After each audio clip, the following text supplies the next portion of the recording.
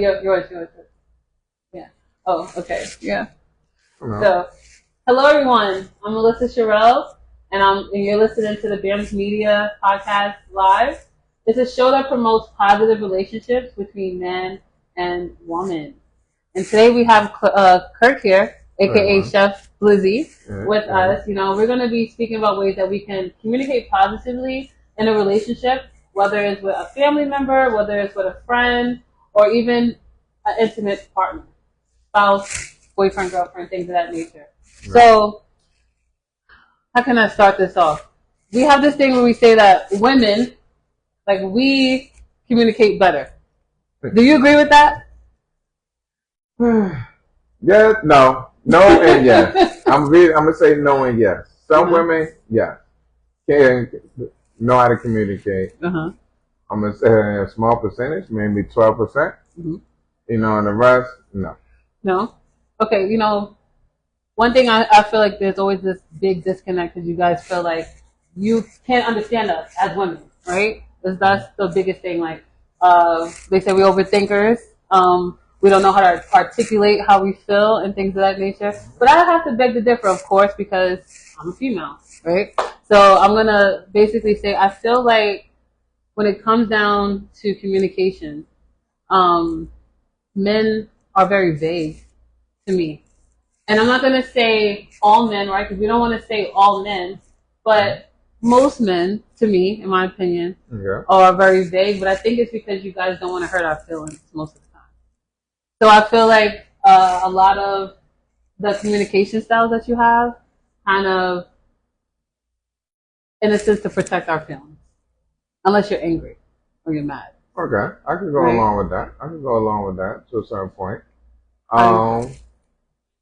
I think communication should be number one in everything. I believe that cold-heartedly, no matter what it is, everything, even if it's not verbal, you have communication. When you walk into a place, the way you sit, the way you talk, the way you carry yourself, is all forms of communication. Right. But I do think, and notice how I say think. Yeah. You know, and that's the main difference between men and women. Feeling a way and thinking about a way. That's a complete difference. And men are better off at thinking than feeling. Because you don't have no time for your feelings as a man. Nobody cares. Elaborate on that. So nobody cares how a man feels. Like, it doesn't matter. Figure it out. First thing, even though I was younger, drink some water, figure it out. You'll be okay. You always hear it. And you just go along with that throughout life. You'll figure it out. It's okay. You know, I like how you brought that up because one thing I can agree with, and growing up as an American, I don't know about other cultures, but our boys, when they're younger, didn't really have the space to feel vulnerable enough to cry about things. I feel like we always have to push you guys being hard all the time. So could that be a reason as to why you feel like people don't care about what a man feels? Is that like deeply rooted into like how we are as children? Like when we tell a boy like, don't cry, you're not supposed to cry. Like, suck it up and keep it going, things of that nature. But whereas a female cries when she's little, she gets comfort. Definitely, and I love the way you put that one. And I definitely agree, but I might agree differently. Okay. But I totally agree. Now, the thing I totally agree on, yes, you have that because at the end of the day, a man's purpose on this world is totally different from a woman's. Meaning like you're supposed to be strong, stern, and that's what most women want from a guy. A strong, stern, silent, masculine type dude. But they do want some vulnerability. The problem is when you communicate, how far is too far you showing your vulnerability. Right. And then you don't want to open up a book and it's horrible reading in because you don't know how far you're going to be able to go. It's like jumping into a pool without knowing how deep it is. You know, and you can't swim. If it's only 2 feet or 3 feet, you can stand up and there's no problem. But if you jump into a pool and it's 20 feet deep and you're only 5 feet, 6 feet tall, You're drowning, but you'll never know until you jump into it. So why jump in? And that's the gist of it when it comes to men. As far as like, it's a lot of things I would never say to nobody. I wouldn't say to a female. Like you got men, like my cousin is my guy who I would go to and things was getting rough, I would talk to him about it. I want to talk to a female about it. You know, just because I don't know what her threshold is for me to be like, ah, damn, this is going on. Because at the end of the day, if you in a relationship, you're looking towards this man to be able to guide you, be the leader and everything. But if he can't, if you got to second that, that's the worst thing you could do possibly. And if you're dealing with a relationship, friendships is a little bit different, but you still want to be seen in the light. Because, you know, if you're sitting around and you crying about something, even when you're around a bunch of other dudes, it don't matter what you crying for, little punk. Right. You know what I mean? And respect thing is a real big thing in the community amongst men, but definitely amongst men of color. Do you feel like that's why there's this big disconnect between women understanding how men feel and how you guys communicate your feelings effectively, and then versus you guys being able to understand us and our communication style? Okay, to go along with that, men have to understand women. Women don't have to understand a man. You know, it's just some certain women that do, and when they get it, that's the ones who will usually win, get a better off guy and everything like that. Because you don't have to understand men. Like men come and approach women. I had to understand you. I had to be able to understand you, to know how to talk to you, to even if I want to court you or just being friends with a female. Right. Like I have to watch what I say. I have plenty of female friends, but I still watch what I say when I'm with them, when I'm around them, because it's just totally different. You know what I mean? But you still have to understand it and know which is which and when and who the person. And all these things is different about the people. People comes into play. Right. You know what I mean? And knowing the person when you're talking to them, even when you're just meeting somebody, that's why people always get their butts foot forward when they first meet somebody, because you don't know their type of thought pattern yet, or how they're gonna feel about certain different things, or trigger words, you know, and statements and everything. But so I try to keep my things most base in general, but also when listen to a person when they talk. A lot of people talk to somebody and ask a question, but don't listen to what's being said because they're so quick to respond. That's not communication. Which also kind of falls into the whole female thing, right? Because we're so quick to more so respond than we ought to actually sit back and listen. So I mean, I hear that a lot, you know, as far as like us as women, right? And I'm saying this not to sound biased in any sense, but I had to learn that, you know, I had to learn to sit back and actually listen for a while, and to understand like a man's thought process, you know. We have this weird thing. I mean, I don't know if it's all women or if it's just me, but like I like to observe a lot, right? I like to analyze. And when you said that as women we don't need to understand a man, I think that's like my biggest thing. I want to understand this person. I feel like once I have an understanding of a person, then I know how to carry out. I know how to be. I know how to like move with the person. Because for us, it's like, well, for me, I like things black and white. Like I need to know like if this is what it is, and it's that, you know, because it helps me know how I'm supposed to move in that environment and how I'm supposed to move in that situation. So I have a question. You know, let me see. How can I like phrase this without making anybody like angry? That's what it is. Let's say how you want to say it. That's one thing I'm about to say. That's one thing I learned too about different things. People are of adult age, but a lot of people don't know how to adult. Right. You know, adulting is truly a thing. It's a thing that's 24/7 and never goes away. Even when you sleep, you're supposed to sleep like an adult.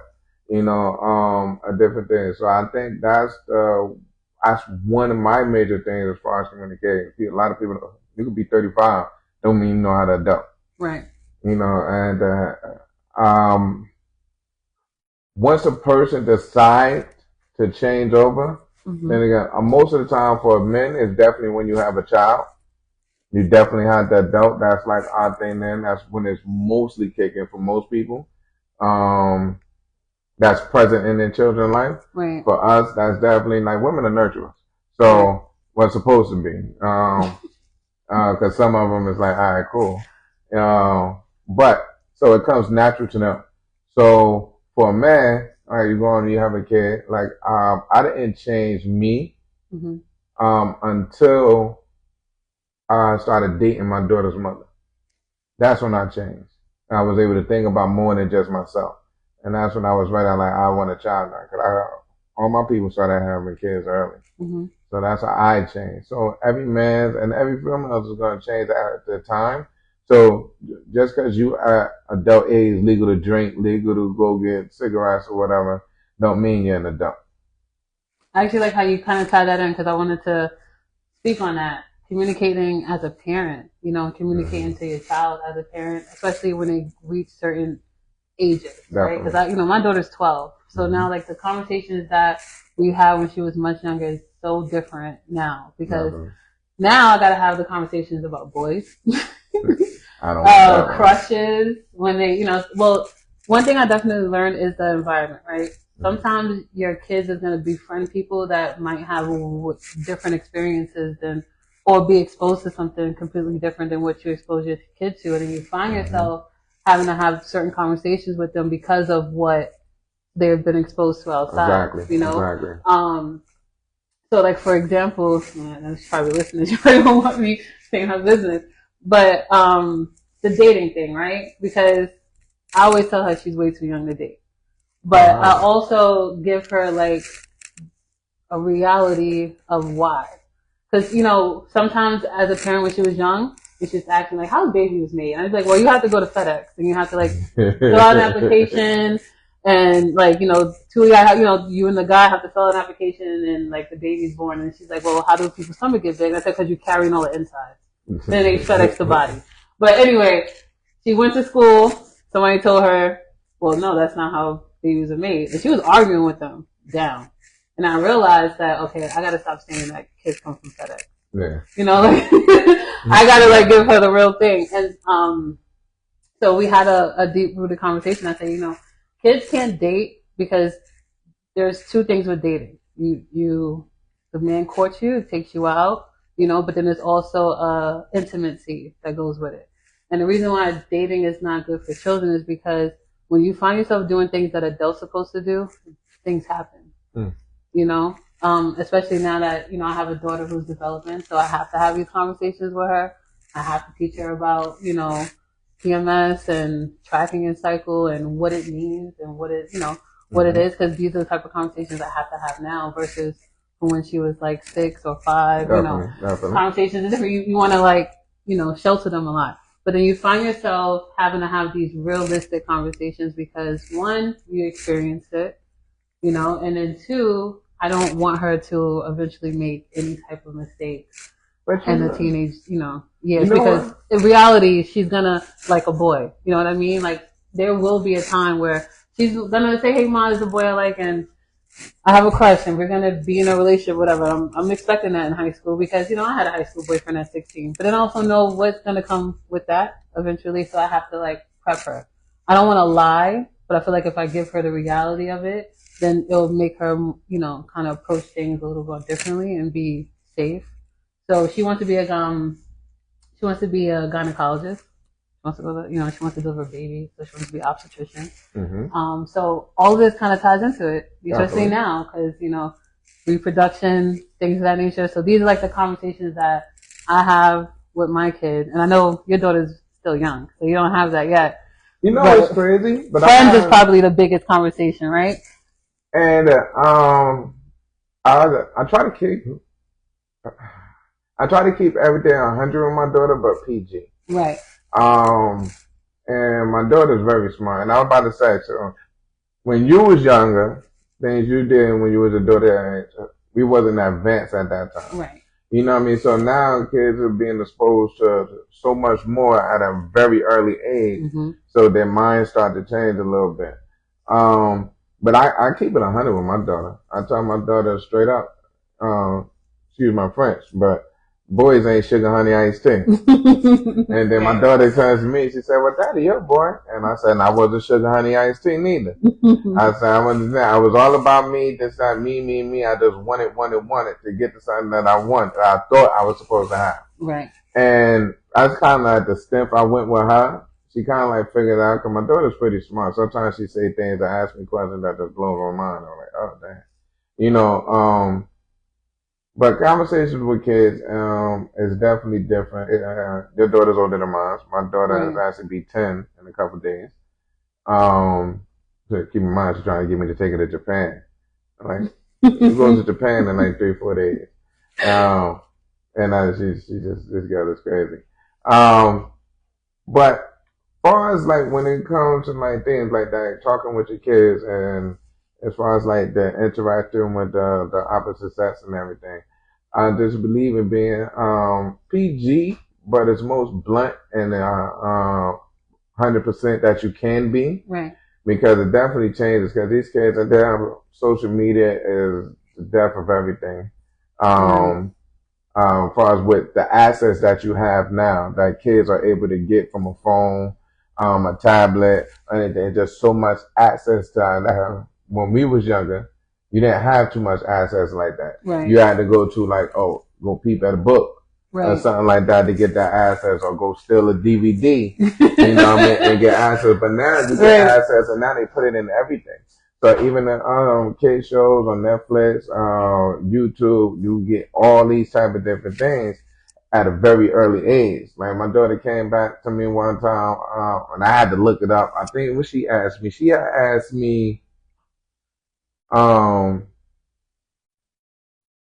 it was something about gay. And I was like, huh? The buttercups. Yeah, the buttercups. You know what I mean? So she's like, the buttercup. I'm like, wait, what are you talking about? And then she's like, oh, nah, I'm like, oh, man, where the heck you get this stuff from? Then she's sitting there with things about lesbians and everything. What? Like, these kids be saying foul, crazy things in school. They do. And so I'm like, oh, geez. And I had to just tell her, like, yo, they're scumbags. Right. You know, but it comes from communication. Right. From young women having young kids when they was young, because that's just the gen that they following. Right. And they haven't, when I say coming adult to you, you got a kid, I mean you're an adult. Right. You know, and you have to change these things. Some do it early, and some just do it late, and some never achieve that, and it's a continuous cycle. And a lot of that because there's no father figure there. Father figure communication is supposed to be there at different stages of life. It don't have to be there all the time, like how it don't have to be there. It don't have to be like that all the time, like a woman. Yeah. Sorry, guys. We just got interrupted because the kids like to ring my bell and run. You know, it's that time of year. Did some ding and dash. Ding and dash. Oh my God, remember doing that when you was a kid? I learned my lesson the hard way though. Yeah. I learned my lesson because I was never that fast. So I got caught one time. And there was about 4 or 5 of them just sitting in the house, and they was just waiting. And my people laughing. I got caught. I was on like the 5th floor. I got beat the hell out of them all the way to the lobby. I was trying to get away. The other day, I actually left a pot of water because I knew they was gonna come back, but they ended up not coming back. But I was like ready. Yeah, because I catch them a few times. Yeah. Right, but just to get back on topic, so we were just speaking on our daughters, right, and then having those type of conversations. Now, would those be the same conversations we will have with our sons?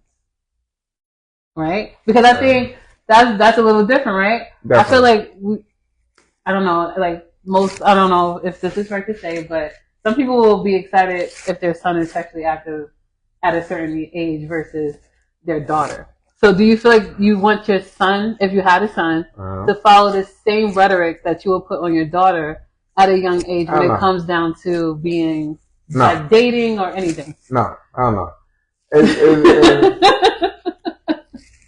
One thing I would say, a woman's chastity is the greatest thing she has to offer the world. Right. It's the greatest thing, point blank, period. And the more she give it away, the less her value is. So, for a boy, as more knowledge he gets. And I know I'm gonna tell you because a lot of people, it's not easy for men to get access to sex. A lot of them is not getting it. Right. So even as a kid, if I had a son, and I'm not gonna say I'm 100%, I'll be happy. If he started having sex early, I wouldn't be disappointed. You know what I mean? I was, all right, cool, whatever. As long as you're being safe for your blessing, bro. Somebody say no, somebody say no. Don't go nowhere to no extra place. You never know where. How about just give him that spell as a boy? Okay. So it'd be a totally different spell I would give my daughter. Because that's the greatest thing. And that innocence, once it's gone, it's gone. Right. And it just starts to change later. Sometimes it can change in a bad way. Or sometimes you hear stories when they have sex with the first person and they been together forever. It ain't like that, but it does happen. No, it does. It's not probable, you know what I mean, but it's possible, you know. So it'd be a different spell, but I'm gonna say I'd be more happy with one and the other. Obviously, I'd be more willing to accept from one than the other. Okay. You know, and that's about it. Because like, no father one did that. I remember what I was doing to girls. There wasn't nobody doing that to my daughter. I remember. Right, it makes you think. Because it's like because you know, it's like like I grew up with my dad, of course. Like my parents been married for going on 40 years. You know, this year, 40 years. Yes, my parents been married for 40 years. They had, of course, most parents, they have their ups and downs. But you know, my mom was married at 19. Yeah. You know, so you know, she's 59 this year. So they literally grew up together, my parents. But my dad always said, you don't never want to be a notch on another guy's belt, or like something along those lines. Yeah. I grew up with my brothers. I grew up very tomboy. Okay, and I think a lot of it was because of like my brothers and then my dad. No. And it carried, like, it really does kind of change you in a sense, like as a female, because I always was hard, and it took me a long time to get to that female comfortability, like as far as like being soft and this. I was always like wrestling with boys. I was always like playing basketball, football. Like I did martial arts when I was young, and I think a lot of it was because my dad, just like I want my, a lot of fathers don't mind when their daughters are very tomboyish. I think my dad loved that about me, and he still kind of does, like in a sense. But yeah, like I feel like fathers is very we do, and like I said, like when you do grow up with a father, they teach you to be so like tough. At least my dad did, like be tough, like even when it came down to boys, he never really gave me too much talks on that because I only had one high school boyfriend. Yeah. And I don't really bring people home like that. But like having that father figure does play like an important role. Now, with my little brother, on the other hand, not to put the business out there, Dre. He used to bring girls home. He used to sneak girls in, and my dad never really cared. Like there would be times where like he would, like one of his girlfriends, like we had like upstairs in our second level, we had like a roof almost. Like we could like sit on it and hang out, and then below was my parents' deck. So he would have not say no names, but he'll have her come out the bathroom, right? I'll help out because that's my little brother, and he'll go outside and he'll catch her. Like I'll help like pull her down, and then like he'll catch her. And then one time like it happened so much that the neighbors found out. So. But my father, expected him, to yell. My mother was pissed. Like, my mom was pissed. But my dad was happy. He was like, shit, like, hey, I'm still out here getting it. So, he was fine with it. So that's why I said, as far as, when you communicate with your kids, it is different, because I got different talks, Like, my mom works OBGYN. You know how, difficult it is to have a mom work as an OBGYN? I can imagine. You know what I mean? The conversations that we would have. I might have said all the different things she saw and be like, you want to be like that? Yeah. All this stuff, she saw some crazy stuff. She'd come home and tell us all about it. But, and I'm the last girl. Mm-hmm. So things is definitely different from me. I'm very sheltered. They were like very protective over me. Because it was like, yeah, I have older sisters, and they did have, like, my other sister had a kid when she was 18. Not sure if this out there. You don't know which sister because I have a lot of them. But so it caused like my parents to be even more like on me, like going to college, you're doing this, you're doing that, like no ifs, ands, buts about it, which would lead me to like communicating with your parents as an adult. You know, let me tell you something. There's like, I guess, I don't know if it's a black family thing, you know? They have this saying where they say if your parents are still alive, you're not an adult. I know it's like a southern thing. I know if it's a southern thing. I don't know. It's been like, I would say, now me and my parents have like great relationships.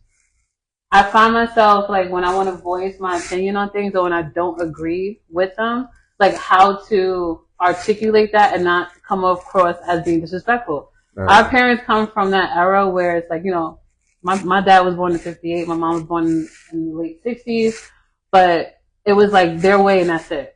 You know, it was, if we got in trouble, there was nothing, like we couldn't explain ourselves. There was no way of us speaking about how we felt, right? It was like, you did something wrong, you get your ass whooped. If you talk back, it was a sign of disrespect. Well, even if you're really trying to articulate yourself and have that conversation. Now I find myself as an adult, and if I get into any issues with my parents, and if I try to articulate how I feel, they take it as disrespect. And it's like now, it's like I'm an adult. Like I have, like, you know, I had a little thing with my mom, and she's like, "You think you're grown?" Like she texts me, and she's just like, "You think you grown? You think you this?" And I'm just like, "Mom, I am grown." Like I had to text her that. And I was a little scared, y'all. I was like texting it, like, damn, should I say that? Yeah, and I was like, I'm feeling bad right now. But and she's like, you better call me right now. And I said, I'm gonna call you when I have a break. Do you know how scary that was? But at the same time, I felt like I needed to do that because it gets to a point where it's like, I'm 33. Tell her, let me contact you on my break because it's 8 in the morning. I'm not trying to argue with you at 8 o'clock in the morning. But when I called her in the afternoon, the storm done passed, she didn't even know what the hell she was mad about. Exactly. But then we brought it up and we spoke about it. And it was just a miscommunication. I told my mom, like, yeah, Mario, sometimes you just need to, like, relax. Like, stop overthinking. Right? Oh, look at me, right? So I'm like, you know, don't overthink. You know, we had, like, a little disagreement on something, but that's not what I meant. Or that's not what I said. You know, and then we was able to actually have an adult conversation and, you know, go from there. I'm her favorite child, so like she's only gonna get mad at me for a couple of minutes. You sure you're her favorite? I am her favorite. You know, I know my siblings are listening to this, but they always say it. No, you know what though? I'm thinking about your siblings, and I can see why you might be her favorite. What do you mean? I can see why you might be her favorite. Hey yo, don't be coming at me, especially what's the tall one name? Don't be don't pull up on me again. I'm letting you know. 6127, I'm brolic. Oh my god. But you know, when it comes to when it comes to conversation with the parents, like even now, I'm older. I don't curse in front of my parents. My mother's not here. I don't curse in front of my father, my aunt who's always been there, my grandmother. I don't curse or nothing in front of them. Right. I don't do that in front of other adults who I feel I put in that category of in my life the importance of you to me. Right. So it's a lot of people that got that respect for me. Not a lot. I'm lying. There's a few of them that had that respect for me that I get that respect. Like a couple of my father friends, I get that respect too. Shout out to Mr. Curry, and a few other ones. But for the most part, like it's rough because sometimes me and my father, he'll talk to me like, even though I was young, I always got money. Started working when I was 14, so I was always getting money.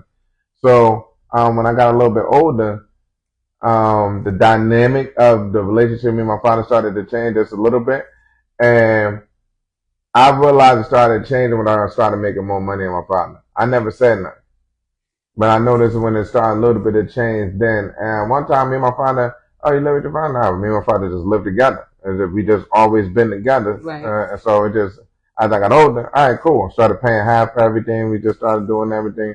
We just did. And sometimes even when you see my father, if I ain't tell you he was my father, you wouldn't even think he was my father. No, he looks very young. So, and it was a couple times my father, he started talking to me a little bit crazy. You know what I mean? And then people be looking like, why you letting this other dude talk to him? I'm like, hey, yo, Pops, who you talking to? I had to make sure I really educated Pops a little bit loud. Right. Hey, yo, Pops, all right, who you talking to, Pops? You know what I mean? So people, oh, that's his father. I'm like, oh, that's your father? You know what I mean? Stuff like that to reiterate. And so his father is like a really young looking, and he's a DJ. His father's very tall, but he's also, I'm not gonna lie, you kind of look older than your dad.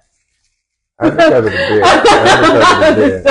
That's because of the beard. But, you know, I get that a lot. My uncle looks very young. Right. So my uncle, you my look father young, is the youngest. You know, I just be joking on you. I know.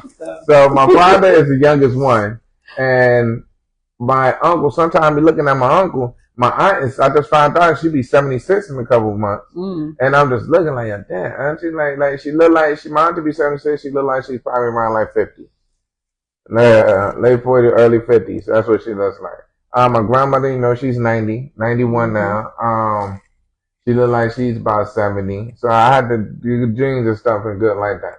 But when it comes to, cause I had, my father's relationship with each one of his kids is different. Cause you're his favorite. No, I'm the oldest. Yeah. I'm the oldest. So, and the relationship he had with my sister, my brother, my relationship with my other brother is like non-existent. But this one I said when it comes to adulting, and that's why I'm so keen now on how I carry myself in adulting now, because I seen where it went with my father and his other kids dealing with the mother. Right. Me per se, when I interact with my daughter mother is a great mother. You know what I mean? That's why I chose her. It wasn't by no mistake. I wasn't willy-nilly. Right. You know what I mean? I had that conversation with her, like, yo, even when we first started talking, I knew her when we was kids. But when we first started talking, she's like, oh, if you want kids, I ain't having no more, because she already have a son. And I guess that pregnancy was a little rough for her. She didn't want to go through that again. And I just said, all right, it's cool. You're going to love me. So I don't care what you're saying right now. You're going to want to give me a kid. So a little while later, we was having that conversation, and she said, yeah. And I was so big on adultery. I don't care if I'm in a relationship with somebody.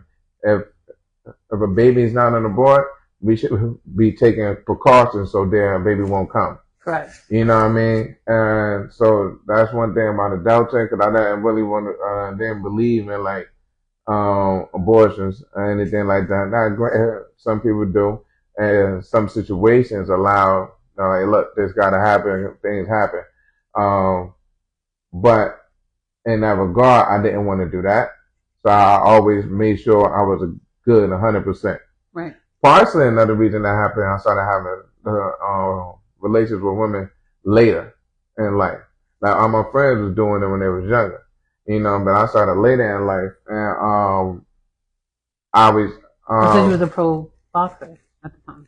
No, I was. This is before. This was back when doing gang activities and everything like that. When I first started taking it, the military took me away from that because I didn't want to go full blow. So military took me away from that, but it put me in a different space when I came home. And martial arts saved my life from there. Yeah, martial arts saved my life too. Yeah. That's because I did it first and you wanted to copy. I've been doing it. Anyway, that's a different subject for a different So when I realized the relationship my father had with his other kids' mothers wasn't 100% like legit, like you heard the story when women use kids against the parents, the man. And one thing I noticed, I seen my mother and my father never argued. My mom never said anything bad to me about my father. Never said anything bad about him at all. Mm-hmm. And then I seen how it looked on other places. Now, the only time I seen altercation between my mother and my father is when my mother and my cousin Rita, which is my aunt's daughter, her only child, they actually jumped my father. Wow. That's a jump my father. I felt bad for my father. You didn't even help him? I was a little kid. You could have helped. My mom punched me in the face one time. I was like, oh, hell no. And I remember one time my mom grabbed a knife from me. She said, nigga, I brought you into this world. I'll take your ass out. Oh, wow. Never since again, I never tried my mother again. Never. Never even thought about it or anything. But, father communication, what I seen between how my father acted and my mother, and even when they jumped him, they cut my father up and everything. Even when that happened, my father was still hurt from remorse that it did happen in front of me because he didn't want me to see that. Correct. It wasn't the fact that it happened. He didn't care about that. We are from the project, so he didn't care about that. But it was the interaction between them. Right. He was hurt. Right. The fact that I saw that. Correct. You know what I mean? And I seen his relationship with my sister and my other brother. I'm the oldest, so I seen the relationship with them and how he translated with their mothers. That made me handle my dealings with my daughter mother totally different.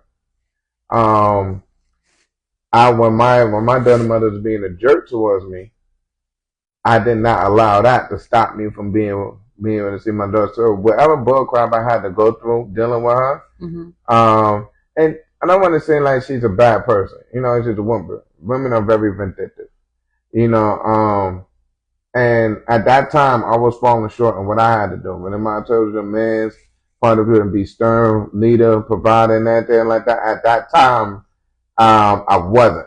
Okay. I was lost in my own self. So I can understand her frustration. A woman is not meant to take care of men. A woman to take care of their son, but not a man. Even if a man slip a little bit, you got to find time to get the shit back together before she's going to keep it moving. And that's what happened. So I know of her respect. That's why I remember me talking before. I tell you, respect for me is number one. Not love, not loyalty, anything. Respect is number one because everything falls. Well, respect falls into loyalty. Once you have a respect for someone, everything stops. Everything goes along with it. Yeah. So it don't matter. So that's the first thing I look for. So even with them, I never argue with my daughter mother in front of my daughter. My mother go off, yell, and do all this other stuff. I look at her like she's crazy. Let her finish. But I don't need my daughter to see and think that's how a man and a woman is supposed to communicate. Correct. Yeah. You know what I mean? That's not communication. That's just lashing out. Right. So when she calmed down, I'll talk to her. You know what I mean? About some stuff like, listen, you know, to be talking like, I'll do whatever I want. When she started again, I stop it again. So as time went on, our communication about that got better. You know, but what shocked me was when my daughter said to me one day, Daddy, no matter what, you never yell at mommy. You always gonna be there when I want you in our car. Meant the world to me. Right. That she noticed that and she seen that. And that's the main thing. That's another thing about adulting. I became more of a person where I know I had to be in control of another life form. Because my daughter didn't ask to be here. And I remember I said that to my father one day. Now I asked to be here and I seen it in his face, the hurt. And I was like, oh, dang, I'll never do that again. So because I seen him with my sister and my brother's relationship with them women, their mothers, I know how to handle my situation better. Back to when I said times is different. When you had when we was younger, like you didn't have to worry about too much of different things like the kids do now. It wasn't too much access. So your father was that way with you because it was cool. It was more strict. And especially as that time went on, I bet you would have been worse if you was older when you was older and Wu-Tang was really coming up and doing their thing out there on the island. Heck yeah. It would have been way different. You know, it would have been way different. Yeah. You wouldn't have been out there wrestling with nobody. Your father would have been out there right like, hey, yo. And your father looked like a stern dude, like a cool dude too. Like he ready to get it shaken. You know, when I first met him, I got that. I like, oh, he ready to get it shaken. You know what I'm saying? But, and that's a difference. And that's communication too. Right. You know what I mean? Even when I first met him, he had that type of personality about him. You know what I mean? And your mom did too, her little sternness. But I know she get that from your father. Because women take on. She had to like be stern for us. Yeah. So, and that's one thing. So everything is a communication. All the time that's one thing. But, the reason why I became a great communicator, and I had to. because I wanted to deal with women. I love Right. women. So when I was going to talk to a female, I had to have something worth saying, something worth them listening to, and worth them sharing their presence with me. You know what? You just said something, and I have words on it. And I'm sorry, this might offend the Alphabet City. When you say you love women, so that's why you communicate better and you love it. You know, because they say gay men can't communicate with us. They always want to fight. I'm sorry. For those viewers, I'm just joking. But yeah, just to tie that in, like how we communicate in conflict, right? Because you were just speaking like how when your daughter and your daughter's mom and you get into it, you kind of just go silent and let her go. You know, my parents always kept their arguments or disagreements in their room with the door closed. We barely heard it, you know. But I would say for me, I do get very quiet. You know, like it's something I want to learn how to like effectively communicate in a conflict, because one thing with me is like I get quiet and I feel like there's no need for me to really express my feelings in it, because I feel like people are just gonna tell you what you want to hear. And so it's like once you do an action, for me, I just have to go based off of that. I mean, I know it's not the best way to communicate, you know, because people ask like, "Are you okay? What's wrong?" And I'm good.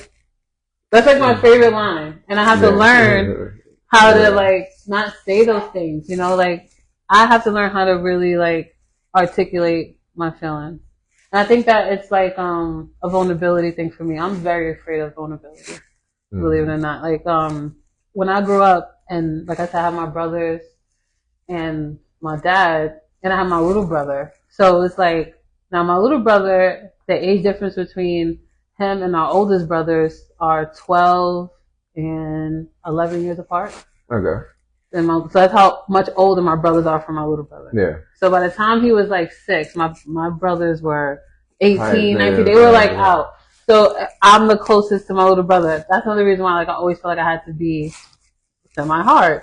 I have my little brother to chill with, you know what I mean? And I wasn't gonna make my little brother be no punk.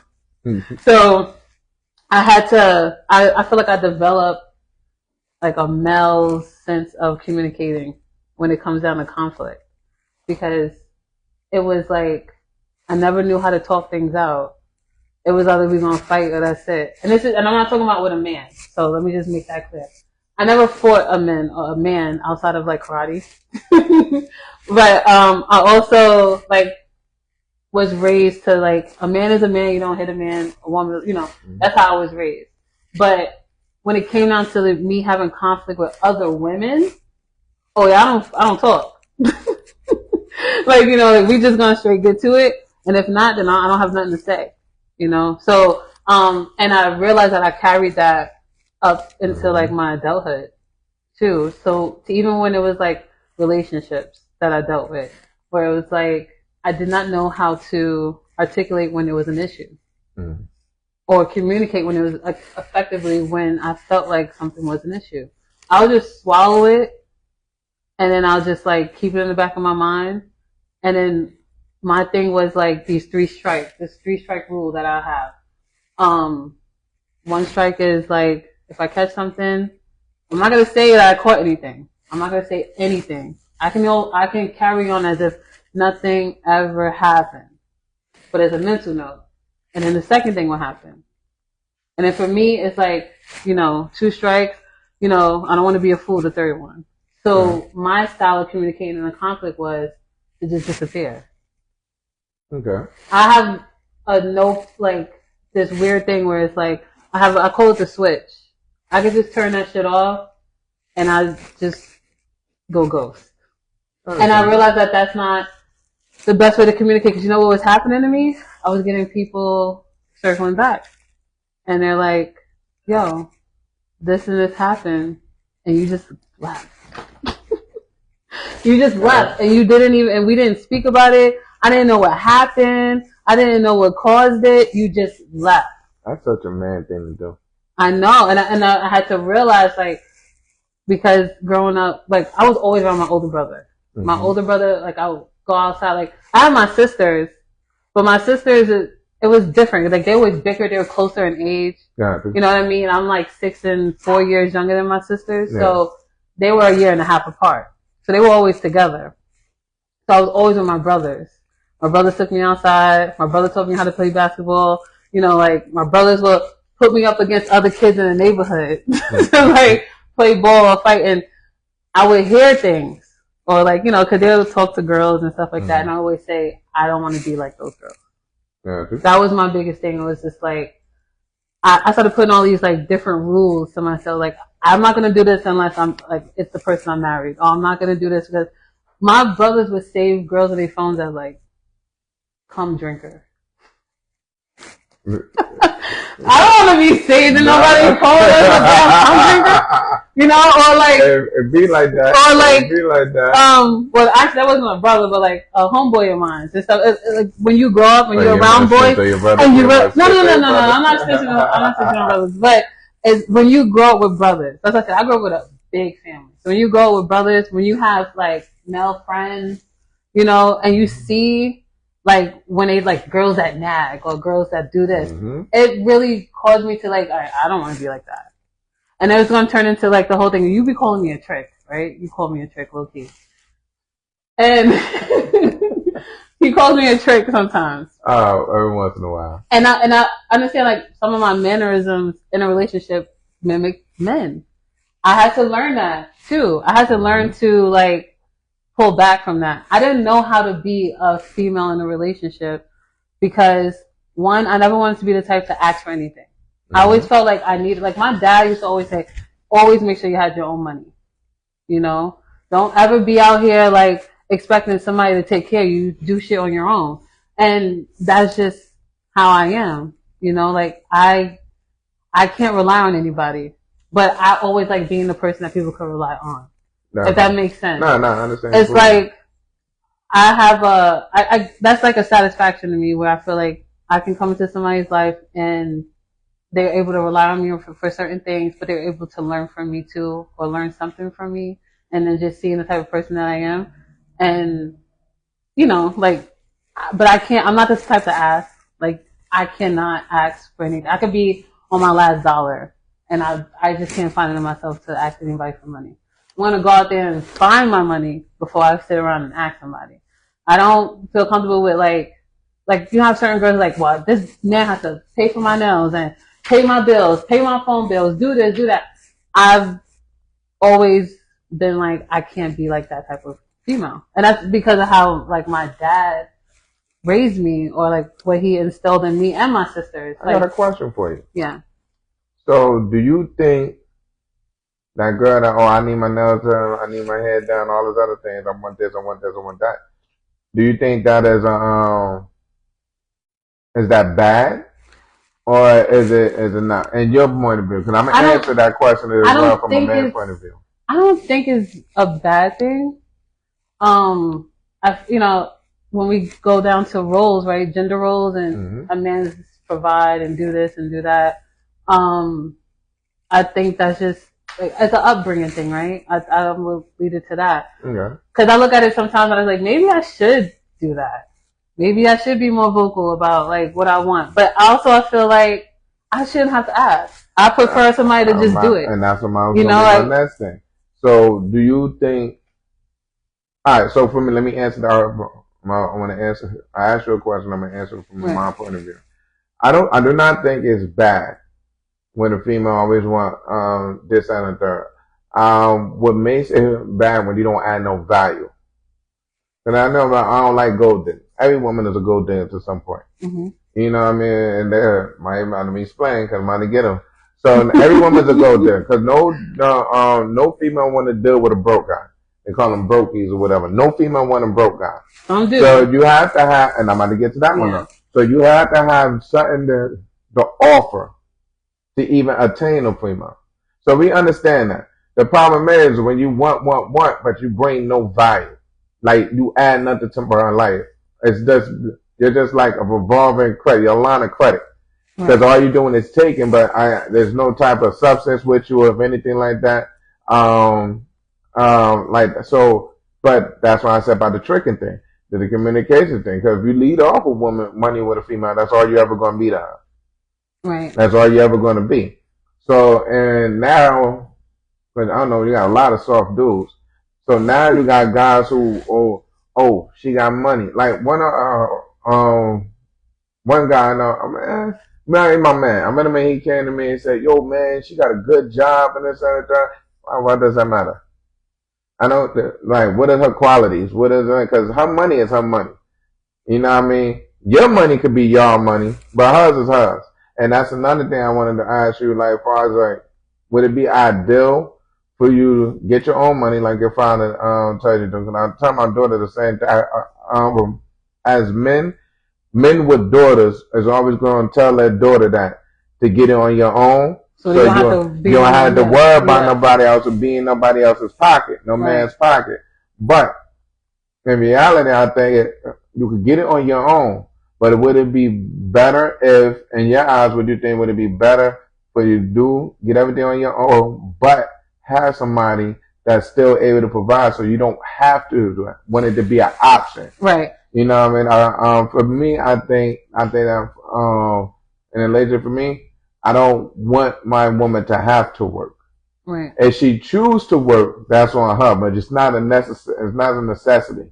And if you choose to work, I want to have something that I'm doing that you could work for me. And I don't want another man being to tell my girl what to do, what time she got to go to bed, what time she got to wake up, what to wear, when she could go out, when she could eat at certain places. And as long as your woman got a job, that's all right. She's going to have to answer to somebody. And I think you prefer your woman to answer the Big Papa. That's it. Yeah. I don't know. You know what? You know what's crazy? I heard Biggie say some stuff. I was with him. I'm like, yo, bro, like what? Like he said something super sus, and I was like, yo, bro. Yeah, that's been all over the place. I'm the Diddy trial. Their eyes sound like, yo, bro, I can't even put you on my top 3 no more. My top 5, like, bro, you might go to 12. I said you might go to 12. So, but as far as that aspect of men and women is how do you feel about that concept? Making your own by having somebody that can still provide, so it's not nothing that you can never go without, maybe? Oh yeah, like, so my ideal relationship will be something similar, but I look at it like, if one person's money is going to pay for this, then my money should afford something else, whether it's for us to establish more wealth, generate more wealth, as far as like doubling our money or tripling our money or investing our money into something. Yeah, I've been like doing a lot of stuff on my own for a very long time. So it's ideal. I would love that. And it's just more so me being open to accepting that too. Gotcha. You know, because like I said, like, I won't say anything. I'm expecting the person to just be able to do. I shouldn't have to tell a man how to be a man, if that makes sense. You know? So, it's like, it's like if I had that, and you know, I have my money, and then he has his, and it's like us making certain decisions on what my money will be for. Okay. You know, whether it's for us to put towards savings, whether it's for us to put into the accounts of our children. You know, because at the end of the day, we're here to create generational wealth and leave something for those who's coming after us. Okay. I want to be able to like have some form of a lasting legacy, you know, for my children, but more so for the name. You know, that's one thing that other cultures, I feel like, do, and we lost it as African Americans because it was stripped from us, in a sense. Like, making sure that not all African Americans are from but claiming African American is one thing. Sometimes we die, like, you know, if people die and there's absolutely nothing to give back but debt. I don't want that for like my child and any children that comes after her. So I got another question for you. What? You made a statement. You said you don't want to have to tell your man how to be a man, correct? Correct. So, part of adulting is being able to communicate effectively, right? And that's what I have to talk working. So, would it be safe to say you in a relationship, he shouldn't have to tell you how to be a woman? Of course. And be able to communicate effectively in a successful manner? I mean, yeah, if I'm going to say that, then I'll have to agree with that in return. I feel like as a woman and being in a relationship with a man, and there's certain things I feel like as a woman you should just do. When we speak about what does a woman bring to the table, right? Because sometimes they say, oh, as women, we only bring coochie. And I have to disagree because I feel like I disagree too. But as a woman, we're supposed to bring good judgment. A woman and a female are two different things, though. Yeah. So I'm just saying, like, as a woman, right? If you're gonna tie into religion, right, in a sense, the woman brings good judgment, brings good character. You know, not only is she a nurturer, but she's a teacher. You know, whereas the man is that foundation. And when it comes down to a relationship, and I look at communication as one of the biggest pillars, right? Mm-hmm. You got communication, you got finances, and you have intimacy. Mm-hmm. You know, those are like those three pillars that I always look at, right? Definitely. Intimacy is, you know, which is also in the sense of communication, but intimacy is, of course, like how we are in the bedroom, but more importantly, how do your love language, you know, for your person. And then finances will fall into the stability part, how you manage your money, things of that nature, and then the communication, you know, how we communicate. And sometimes when you don't have one or the other, things don't work out. Right? Exactly. You might have a guy that could do you the best, right? But then his finances is trash. And maybe his communication sucks, right? Or you have someone where it's like they have the finances, the communication is the best, but the sex is horrible, right? Yeah. So, damn, I'm going to go back to what the hell I was trying to say in the beginning. But I say that to say, yes, as a woman, I would not expect for my man to tell me exactly how to be a woman. Okay. Because, you know, like I said, as a woman, we bring that good judgment. And you should always feel like you should be at least 100% whole before you try to be whole with somebody else. Big facts. Totally agree. And, you know, people always put one against the other. Mm-hmm. It's not really one against the other. The social media and everybody else made it like that. But you can't name not one successful, powerful man that didn't have a woman behind them. And you can't name one woman that's been super, super successful in anything and then they have a man pushing it or moving it. Right. You know, like my cousin, my big cousins, Chef, what up, Chef? My big cousin, Lyrical Chef. She had the product. Mm-hmm. She had the great product. My cousin tasted, my big cousin Lance, he tasted it. And once he tasted it, he's like, yo, he turned it into an empire, a business. So it was what she did, but she didn't move into a business. She didn't have that concept. Right. You know what I mean? But my cousin did. My cousin from the streets, he always got money in his whole entire life, and that's just what he did. He went from the hood to Wall Street to corporate. You know, his whole thing was like a hustlelution. You know, so he made it that way and he came across, but he turned her thing into something that's multi-million-dollar business now. Yeah. And vice versa. When he was going through a little shit to come figure something out, she was there, backing. You know what I mean? So they complement each other very well. So I have another question in regards. So now, what happens if you get all three? Huh? Well, then you have a successful relationship. Okay, but what if it's only from one part is all three? Oh, well, no, it has to be from both. But also, like, as women, we mimic our man. You know what I mean? Like, we mimic, like, I always look at this, like, as a woman, you are a reflection of the person that you're dating. 100%. You know, like how you carry yourself, everything, because this falls into the whole respect thing, right? If Definitely. I respect you and I'm dating you, I won't do anything to dishonor your name. Or if people see me and they say like, oh, that's so-and-so girl, she carries herself very well. Definitely. You know, you don't want nobody seeing your girl or your man out there looking a hot mess. So what do you think as far as like, if a man poses a female and he do you believe in 100% transparency at all times? No, I do not. Okay, so now if you meet a man and a man sit there and tell you, now every man cannot do this. There's a very select few that can. Tell a female right up in front, like, look, I like him. I want to kick it with you this and the third. I want to court you in this and the third. But it might be other women. I might not flaunt them in front of you. You might never even know. but it might be other women because I love women. You know what I mean?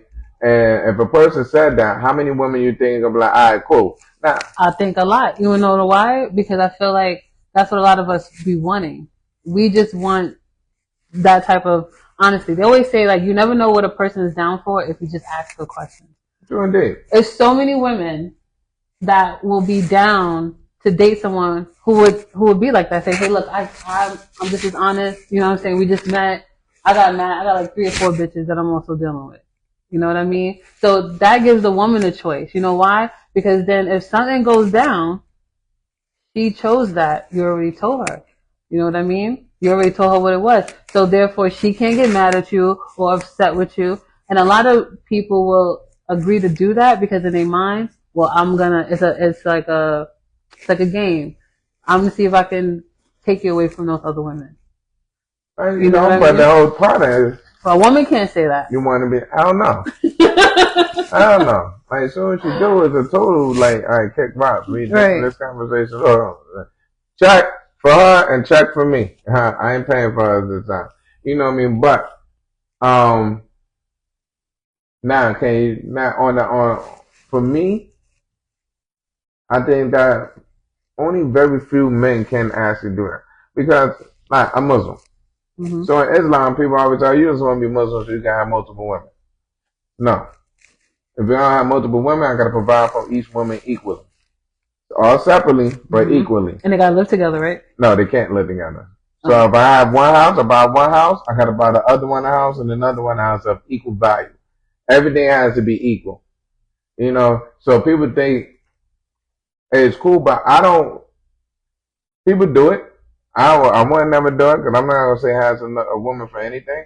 But I don't know how you got guys with multiple women and they support the one man. Yeah, I see. You know what I mean? And I've seen it, but those things are not successful. At the end of the day, those women don't really respect that man. And I think now society is pushing it towards that because women are winning. You got a lot of women who's making. I think because the ratio from women to men is also very small. We have so many women that outnumber men. You know what I mean? So to sit here and say that you're gonna possibly have a monogamous relationship these days, especially with a woman, very like. If you got a guy that's 6'2", make $250,000 a year, he's charming, funny, and good looking. He's probably 0.9% of the population of men in America. Right. So you got that, but then you got 80% of women find 90% of men unattractive. Yeah. You know, like they gonna do. The majority of the tall guys is turning into women, and they're taking all our shoes, and then they're leaving us with like the guys that's 5'5" and down, and I got guys approaching me at 5'5", saying I want to take you out, I want to climb you like a tree. Wait, what size shoe do you wear? You gotta do it. I wear size. I'm a 9, and I got like grown men. But I see it, you know what I mean? Well, I'm just joking too, but it's also true. We, as women, we laugh about this stuff because we say it. But there's a lot of men, you know, there's a lot of women that outnumber men, right? Not only that, we don't have that, we have much more black men, I feel like, than we do any other race. But y'all getting swept up. I have a question for you. Yeah. We have a conversation about communication, right? Mm-hmm. For other people, whether family, parents, friends, or relationship. What about communication with yourself? I like that. You know. So, you know, I was gonna make a joke, but let me not say that because then I could like offend another group of people, and we don't want to do that. Sometimes like I have to have moments where I have to talk to myself. Right? I have to because it's like I have to ask myself sometimes when I start to overthink, is this my trauma making me overthink, or am I like in the right mind to feel the way that I feel? Okay. You know? And that's why I said like when you said adulting and growing and learning ways to improve how we communicate, the biggest thing for me was like I told you, I ghost a lot. Mm-hmm. I don't know if it's a Sag thing. Because I get that a lot of Sagittariuses, we tend to ghost people. But that's something I really want to improve. And so I have communication, you know, moments with myself where I say like, all right, Sherelle, like, What are we going to change about yourself this time? Well, what can you do to make it better? Or, you know, like, what are things that I'm trying to learn from the past that I can bring into the future and not make myself feel like I'm wasting time again? Definitely. You know, so, but yeah, communication with yourself is big. You know, having to like, I went through, I had a really crazy relationship. You remember my ex, Anthony, I think, told you about. Are we throwing names out there? Oh shit, we're throwing names. We throwing names out there. Oh my god. I don't know if he's gonna hear me or whatever. What it is. Hey, yo, Aunt, you're a piece of shit. Right. Now the whole world knows. Right. Well, yeah, fuck it, right? Cause I put some like time and years, but thank you for the bends. I appreciate it. Now, I went through like a very crazy relationship. I was like probably my last real serious relationship. Isis was young, but she was exposed to that. We lived together. We had our kids together, things of that nature. When I broke up with him, I had to like relearn myself, and it took me a couple of years. I became very, I say like numb. Okay. Because this person I really wholeheartedly gave my complete self to. In a sense, like in my family, he was spending at my parents' house, spending holidays with my family, things of that nature. We spoke about having kids, spoke about being married, all that stuff. Wow. You know? And then, you know, shit happens, of course. You know, we're not going to get into detail. But I had to, like, I was with him for 6 years. I had to, like, learn how to, like, be myself.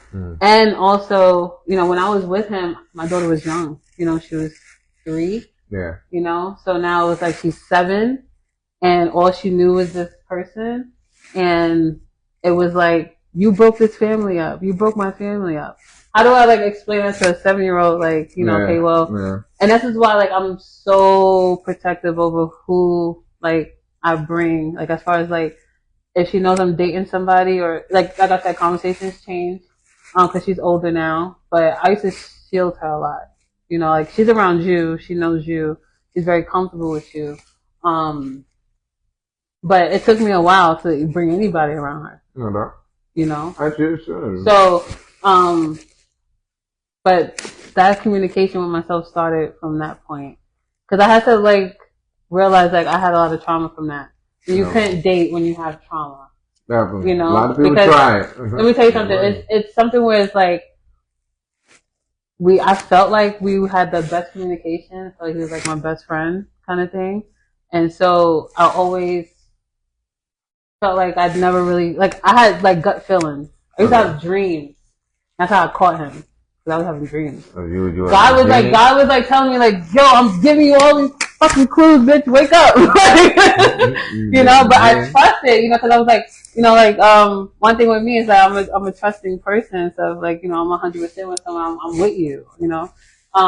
But God was giving me those clues and I wasn't listening. And so now fast forward to now me getting, you know, growing from that experience and I had all that trauma, it made me skeptical when I date. But I had to have those conversations with myself to say, for reassurance, and to say like, is this my trauma talking, or am I like, should I follow my gut? You know, like that. So yeah, communications with yourself is very important. That's another reason why I actually got into martial arts last year. Okay. Too. You know? I thought because you wanted to be like no, it was not because I wanted to be like you. You wanted to hang out with the movie stars like me. Be up and down the street walking on TV with the titles like me. You know, I was working a lot. And it was like me dating was just, it was horrible at the time. Cause I realized that I had no patience. I was very cutthroat in a sense. I did not have any type of feelings. Like I was numb for a long time. I didn't know what it was like to feel again. Okay. I don't even know what it's like the last time I even told somebody I loved them. Like that's how bad it was, you know? Because I was like, I have this kid that I have to like be there for. Yeah. And I didn't have time to gloat. You know, it's different when you're single and you go through a breakup and it's something traumatic, you have time to cry it out. But when you're a mom, you don't have time for that. You know, so I had to like suck it up and move on and keep it pushing. And I've created this hard rock around me. So it's like, it didn't stop me from doing nice things. It didn't stop me from being like myself and being who I am authentically. Like, that's just who I am. Like, I'm a giver. But it's like, it really did like put a halt as to like who can break through that ice. Because I don't, like, it takes me a while to like defrost. It may not seem like it. Oh, but trust me, like, I have like this huge guard around me. But I always constantly have those communications with myself. I actually had to start reading the Bible too. I had to go to church.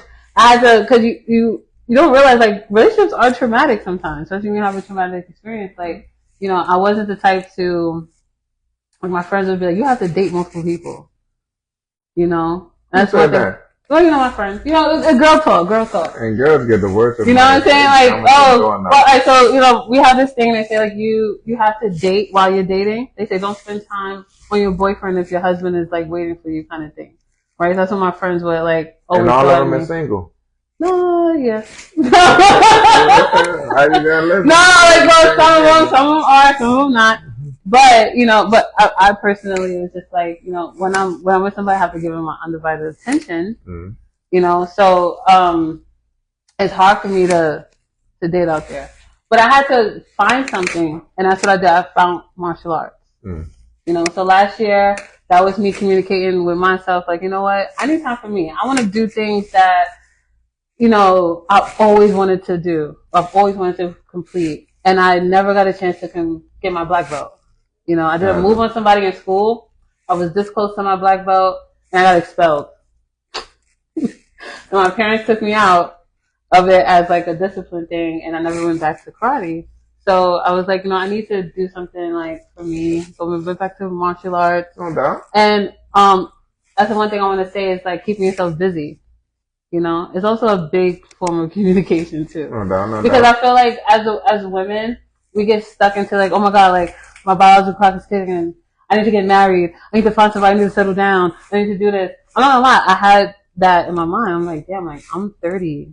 You know what I mean? Like, am I gonna ever have like a really good relationship in a sense? You know, I'm like, you know what, Sherelle, you need to have a relationship with yourself first before anything. You need to go back to knowing like, who are you and what is it that you like to do and I think everybody needs to have those conversations with themselves. Mm-hmm. Like, and every man that's watching or that's gonna watch this video later on and anything like that, you have to G-check yourself first. Mm-hmm. You know, and I know I was saying here, I was talking about like my daughter mother and everything like that. My daughter mother is not a bad person. No, she's really cool. I fucked up. I wasn't pulling my own weight. You know what I mean? And that the downfall of the relationship between me and her was my fault. You know what I mean? But I had to look at myself and own my shit. I had to down batch for one time, like real well. When I say I was down bad. Lost, I had $1 million loss. I had maybe $200,000-$300,000 worth of cars. You know what I mean? Spending VIP money every weekend, Friday, Saturday, and Sunday. Some places that's not even listed. I was just out here. Mm-hmm. And at the drop of a dime, it was gone. You know, all the videos and everything, started coming like, they used to throw videos at my house and everything like that. So everything that started coming out, MTV, BET, they all threw videos at the crib and everything. Mm-hmm. But it just stopped. You know what I mean? And that's because of me when I lost out on myself. I didn't know I was suffering through depression. Right. And most do things, is a real thing. You know, and I didn't notice it. And as a young black man, nobody was thinking about it. And this is why I got my, that's why I said, if I got anything I need to talk about, I'll talk about it with my cousin. Right. It's my school. Shout out to my school. That's my dude, my number one guy. You know what I'm saying? You know, all my insurance policies, so if anything might ever happen to me, my $800,000 policy that my daughter get, 1 out of 3 of them, he's ahead of them. That's my guy right there. But he was the only person who called me when I was down bad. And the way he used to call me like, yo, I was going to speak to my cousin, like, yo, cousin, it's me. Like, nah, that's a bitch ass nigga. He used to call me out, cuss me out, man, fuck you, you hoe. And just straight, that's what he said to me. And I'm like, what the hell, it's me. He said, nah, this ain't my cousin. this ain't money making Kurt. You know what I mean? And he just went off on me, so I realized what he was doing because it wasn't me. But he had made me feel ashamed of myself even more than I already did for me to come back and get back to where I was. For me to get back to cars, apartments, up in house and everything like that. So I've been, and I encourage everybody, you have to check yourself. You had to really self-indulge. It was at that time I didn't even talk to women.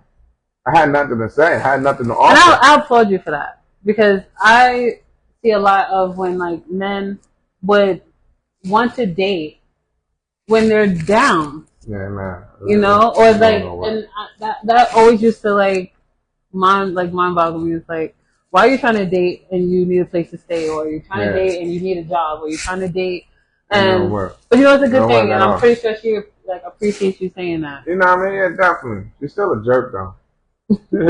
But I remember dating this one girl, and I met her, and I realized my place in the world real quick.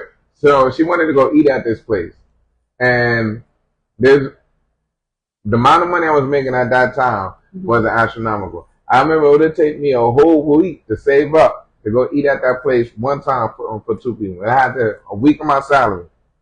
And this is somewhere she'd go just because it's Tuesday and she didn't want to cook.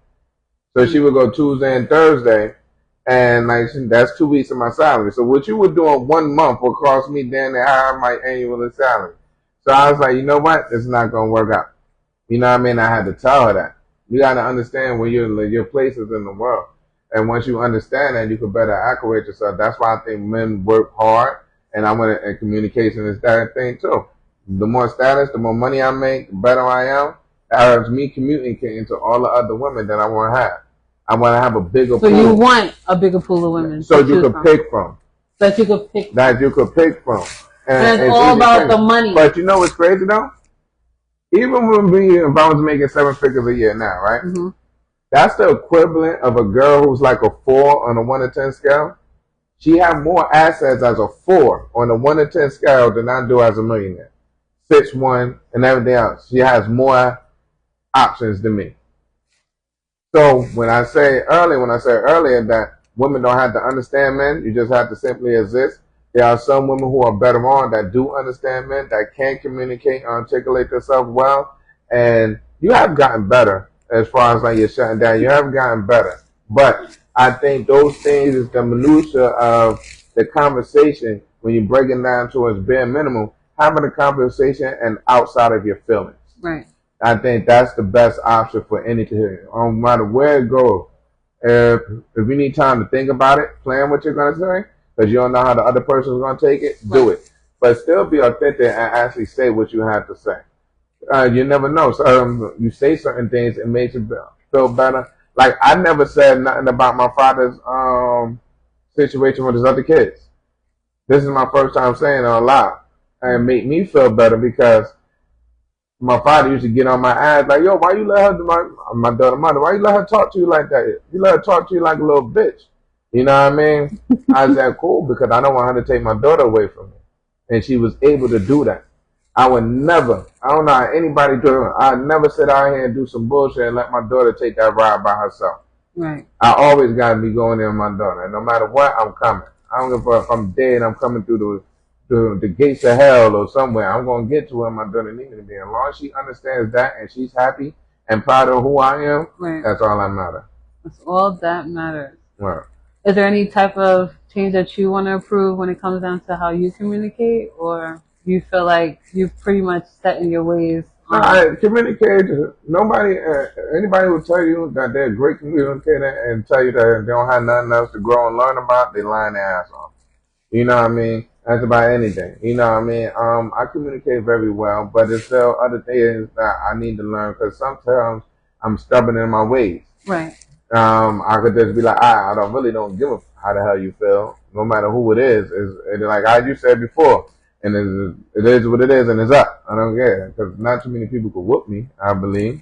You know, so I didn't really care what I said, but as an adult, in adulting, I had to think about those things. So I struggle with those still now. You know what I mean? So I think about a lot of things before I say and do now, especially with my daughter. My daughter be ringing me up. Somewhere she made me feel like, Daddy, you said this, and she put me on the spot, and she hold me on to what I said. God, I tell her all the time, accountability for a woman, accountability as the number one thing. Being accountable on the things that you have, and I've always been accountable for the things what I have or I didn't have, if I was lacking or I had abundance of. So I just always trying to make myself a better person and be social. And the reason why I did that in life because I want to access to more women. Any dude who tell you the stuff that they do is because they can get more girls is stupid. I always loved cooking. Women, I became a chef. Women love guys who can cook. I was in a uniform. I was in the military. I come with benefits. You know I'm gonna throw a joke at you. You know I'm gonna throw a joke at you. I was waiting for what it was. You know I'm gonna throw a joke at you because he says that he likes to cook. You chef it up. Do you make anything outside of your broccoli mashed potatoes? Yeah, listen. That shit was busting though, wasn't it?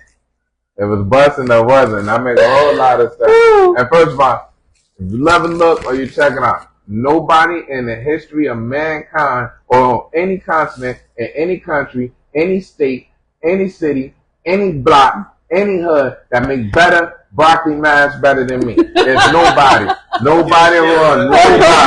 Know what I'm saying? I mean, Chef Bobby Flay, you my man. You the big homie, but you cannot touch with me when it comes to broccoli mash. I am the greatest. You know, I'm the only person in the world who make pancakes that you eat with no syrup and no butter. I mean, I'm like that. Nah, you're not beating my dad's pancakes. And listen. Your father old enough to make his pancakes with just regular flour, sugar, and you water. make it like old school. Nah, like, man, I want no lump. I don't want you to think you're doing that because you got the little blueberries. You cannot see me. And I kick it with your pops. He's a good dude. But stay in the lane. No. I'm telling you, no. Ain't nobody making no black and salmon to me with the mangoes. Stop. I mean, they're going to go there. Let's not go there because that's like literally the only thing I ever tasted. What? It's my favorite thing. That's how I'm good at it. It's my favorite thing. I love it. It's good on protein. You get your vegetables in. You get the little starters in there. So it works out. And you get a little bit buff too. You know what I'm saying? Like Jack Mac and crack. You know what I'm saying? Mm-hmm. You don't know about that. You never been down. No, I don't. Before. And I also was not hanging out in the 80s like you. But, you know, I'm always... I look good for my 80s though. I look good for my 80s. Good. I mean, the man's like the same age as my daughter's father. Right? Hey, yeah. You're always joking on me. Because he got an ARP membership. Yeah. Your father got an ARP membership. What do you mean? Of course I'm a joke. I'm laughing because I don't even know what that is. Did he pop his dentures out? No. Why? Like they're the same age. He's not Jamaican. No. I know he's not Jamaican. Okay. I'm sorry. It was a joke for my Jamaican when I said pop the teeth out. Wagwan, you're too young. Yeah, I am. I'm too young. I am. But thank you so much for coming out and talking with us, with communication. And guys, let us know, comment. I want you to, send us a DM. What do you want to get next? This is our first time going live with you guys. So, we will definitely have more podcasts and be going live. Trying to do it like at least every, Saturdays? Like that. Hopefully you have me back. Oh, definitely will. Guys, if you want us to bring Kirk back, please let us know. But thank you so much for the conversation. All right, guys, and